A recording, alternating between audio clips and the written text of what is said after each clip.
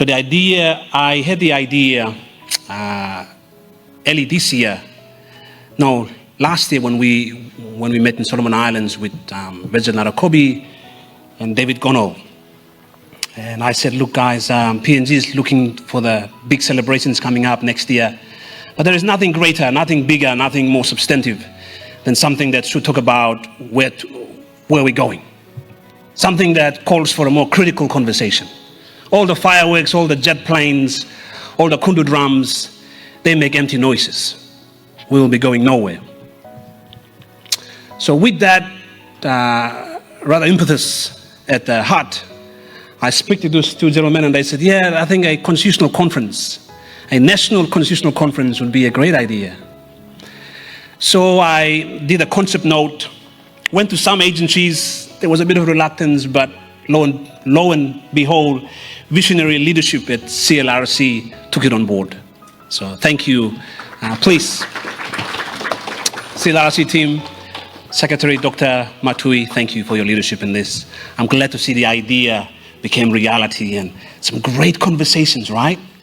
The last 24 hours, oh, it's beautiful. And we have some great leaders of our time who might not be here for long, you know. So thank you, those that have gone already, but I'd like to recognize our former Chief Justice, Sir Arnold Ahmed, and Ambassador of PNG to the US, and other dignitaries and delegates as well. And I'm happy to just not talk to, you know, I think, so Timer, you may be strict on me. Now, I have presented this at the Chief Justice, Sir Gibbs Salika, invited me to speak to the judges earlier this year on this topic. You will find the full lecture recorded at the PNG Judicial Excellence website. It is there. If you've been there, it's about 30 minutes or 45 minutes lecture. I will scale down to about 8 minutes. So please go and look up there. Another thing is, this is derived from my book, which is outside. It is finished from yesterday, but you can sign up. There's a sign up list if you want to order it. So I've got two sources where you can get this speech. So that's why I'll just quickly run to the critical points. Rethinking judicial power in PNG, judicial leadership. I also add rethinking separation of powers doctrine. At this time, and I'd like to bring in some of the comments from this morning and yesterday, but I'm very mindful, but I hope that you will join that thread of how they all weave together as I speak to this. We've been talking about reset, rethinking, reimagining. This is part of that conversation. Now, judiciary is a pillar, it's a fundamental pillar of the Constitution. But in PNG, and obviously part of the traditional separation of powers doctrine, and I say traditional intentionally, because I think there is a modern contemporary notion of it too. But judiciary is an indispensable part of our national story. But more than that, the judiciary in PNG has become the most trusted institution, despite its shortcomings when compared to all the other arms of government. Justice Devani once described it as the last bastion of hope in a sea of uncertainty. Belden Amar and other political leaders, Luther Wenger, the phrase true character is intentional because it asks us to differentiate from the false character, the superimposed, the inherited assumptions, the law school indoctrinations. That you were told that Montesquieu thinks that way, you must follow. John Locke thinks that way, you must follow. William Blackstone thinks that way, and that's why you must follow. It asks us to go back to the true character, the PNG idea of it, the homegrown idea of it. The same thing applies to separation of powers doctrine. Montesquieu said 3 arms, but do we really have 3 arms? Or we just say 3 arms because that's what we've been told, and then we practice, and it becomes part of our system, part of our DNA, and we just accept it. Section 99, yes, it says the 3 arms, but it says in principle. It didn't say it's cemented. It's very different to Australian constitution, where the 3 arms of government is clearly laid out in the 3 chapters. It doesn't say in principle. In PNG, it put a caveat in Section 99. It's only in principle. What does the homegrown notion of separation of power is? Homegrown definition of a judicial character.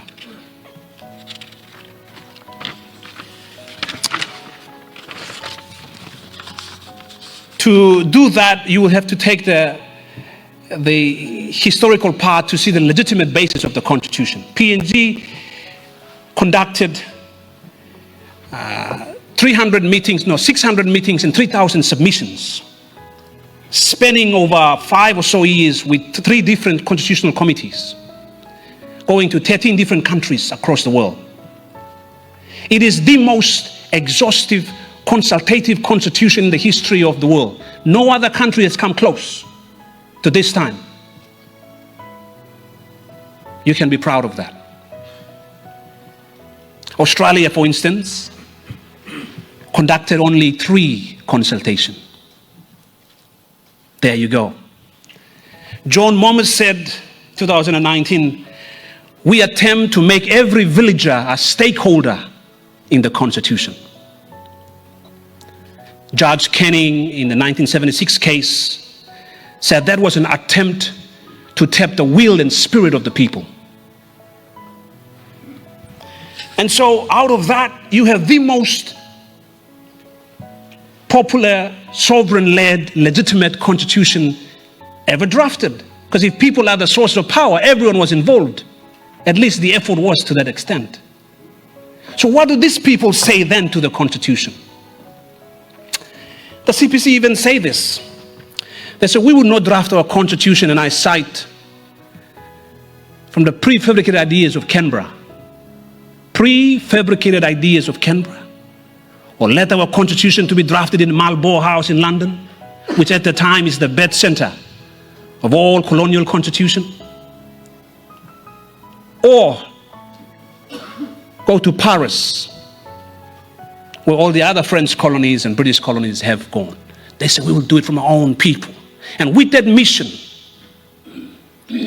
they conducted the historic consultative process.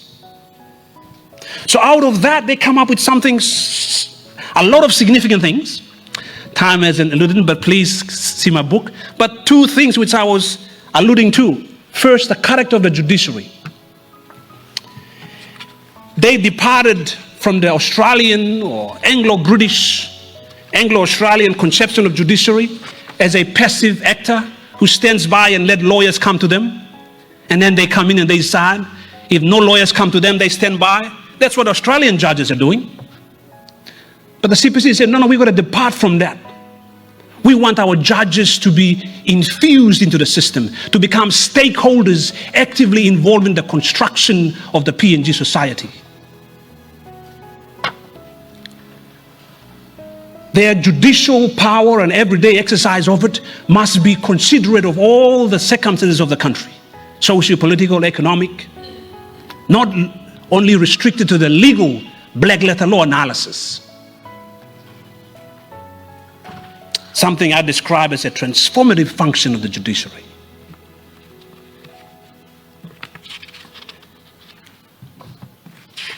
Now, they didn't say only just by the words of it. They went further, and there are 12 provisions in the Constitution that entrench that idea. But even before that, they declare the judges to be leaders, not just judges, instruments of the justice system. All the other judges in the Pacific, Australia, New Zealand, they are seen as instruments of the justice system. Whereas PNG, the CPC, was very intentional. And I was glad Dr. Moresby in his passing comments said that Ratu Mara taught the national goals and directive principles were strange. You see, those were challenges that they faced, but the CPC believed in the ingenuity, in the innovative mind that they have before them. The course from the consultation, they had a special mission. The Fijians didn't have such a broad consultation to realize the importance of the national goals and directive principles. So while they define judges as just judges, PNG defined them as leaders. That's why you have the leadership code. They are part of that. Now, what does a leader mean in a Melanesian society? You've got to take the contextual interpretation like Judge Virgin Arakobi told us this morning. What does a leader mean? In the Melanesian society, leader means an all-encompassing function of a person to which everyone looked upon for guidance and direction and solution. Not to be secluded in their bents, away from the society, bystanderism, as some scholars have called it. Just on the side, waiting for courts to come. They have to be part of the creation, development of the society. So there are 12 functions that consolidate that. I will only touch 2 of them quickly. Time is catching up. Section 57. There's a presentation coming up. Go to that presentation. The voluntary powers of the court to enforce human rights. No other constitution in this region have it. Australia, New Zealand. If it was in Australia, it will be constitutional crisis. And I'm a student of Australian constitutional law. I teach the thing as well at the university down there. They couldn't believe it. The professors at ANU couldn't believe it. Australian National University couldn't believe that we have a section section 57, where judges can just pick up a phone or summon the police minister. Why is it that this is happening? Like, you cannot go there. There will be constitutional crisis. Our thinkers said, we have to depart. Give judges their power. Section 23. Supreme Court judge can summon the speaker to convey sitting. And they have done that last year. Society is going to break down. You are attacking parliamentary supremacy, they will say, in other countries. In PNG, we wave it with such pride. So what does that mean for our judges? For our judiciary? They're not the black letter law judiciary. They're a transformative. Time's catching up. I'll leave the other 10 functions for you to have a read.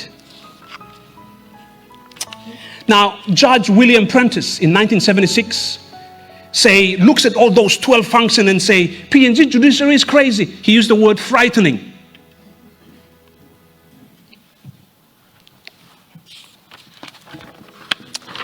I will skip that part now. I'll go to the separation of powers doctrine and I'll finish. So what does all of that mean? The innovation of the CPC didn't only stop there with the judiciary. They went a bit further. Because they tailor-made the function of the judiciary, they also tailor-made, in my interpretation, the whole doctrine of separation of power. Because they created something else. 32 independent constitutional bodies. CLRC, Ombudsman, Public Prosecutor, with a clear mandate that those institutions are not subject to any authority. That's clearly spelled out in no uncertain terms. Which simply means that they do not fall under any 3 arms of government. They live, breathe, and given birth to outside of that framework. Because no other constitution in this region, in the Commonwealth, have something of that nature where bodies live outside of it. Australia attempted it in 1903. By 1933, the High Court ruled it as unconstitutional because they said what? It was the 4th arm, which is not what we wanted. But the CPC took it on board. So these 32 bodies, they live outside of the 3 arms of government. Now, where do we place them? We can say 3 arms of government all we want, and then you turn around and you look at these 32 bodies and you say, so where do you guys fit in? You've got to include them. So to me, they are the fourth arm. They are what I described in my book as a quadripartite model of separation of power, the fourth arm. CPC envisaged to move from the tripartite, three arms of government, to the fourth quadripartite. Now, if we elevate them, if we give the recognition and respect that they deserve, yesterday and today about the constitutional bodies not getting the support, you won't have that complaint. Because we will all recognize that they are elevated to the fourth arm. And they also need to be on the platform of a recognized arm of government, therefore getting the resources and the support. If you forget all of that, just linger on this point. Three arms of government, but what happened to the 32 other bodies? Are they bastards? Just finding their way around? Then, so the separation of powers doctrine, the constitutional story is not finished. We haven't fully appreciated the innovative framework in our Constitution. Next time, when we think about Section 99, think about the 332 bodies that are bastardized in it. So, are we a quadripartite system? That's my challenge to you.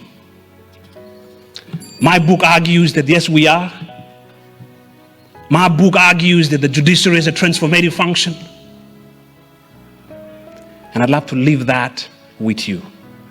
In your profession, in your lawyering, in your judicial work or any other work, think about it. Someone challenged us yesterday, I think John did in his book. He said, we're not just here to loud-hailer the Australian or the New Zealand or the British systems. Let's look deep within and unveil, find the reality of who we are. This is part of the story. Identify that the CPC created one of the most unique constitutional framework. And it is incumbent upon us to advance it. And do so without fear or favor. And do so even if it means unsettling the Australian counterparts, the British counterpart, because that's what CPC started when they say, we will not draft a constitution based on the prefabricated ideas of Canberra or in Marlborougugh House in London or in Paris. Thank you.